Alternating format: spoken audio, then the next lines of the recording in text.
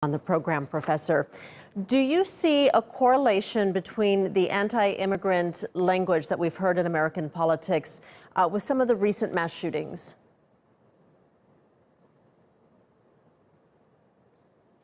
Yes. In general, we have a lot of rhetoric coming sometimes from the White House, often from racist groups which promote hatred of the other, and in effect the killers quoted these kind of statements, including, by the way, the shooter in New Zealand. But I should point out that in the end rhetoric has an effect, but it's minor compared to the guns themselves, because we have similar groups and similar rhetorics in other democratic countries in which there are much fewer guns and we have much less killing. So in the end, it's the guns. There are more guns than Americans in the United States, more than 300 million guns. Many of them military guns, assault rifles. They are the major cause. Rhetoric is a secondary cause. Mm-hmm. The U.S. president spoke earlier today condemning white supremacy, bigotry, and racism. What's your take on his comments? Do you think it goes far enough? Because some people say it doesn't, because his actions say another thing.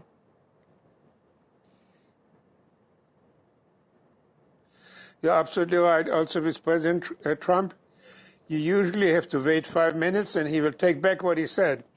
So he read today from the teleprompter some statements which by themselves, while not going all the way, are quite effective.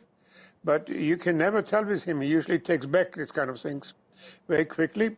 But in any case, he is so systematically throwing fuel on the fire of hatred and racism that this one teleprompter read speech will have a minor effect.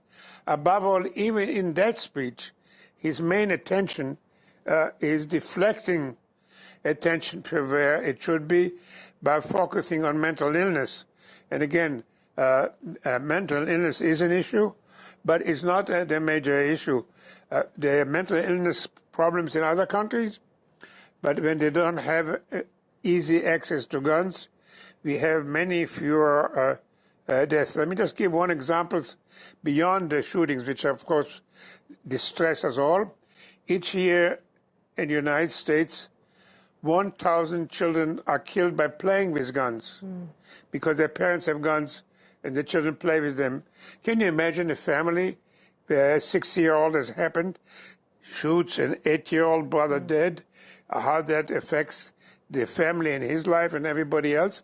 So this happens not because mental illness, right, because guns are all over the place. Okay, it is certainly very tragic indeed. Professor Amitai Etzioni, thank you for joining us today and sharing your thoughts.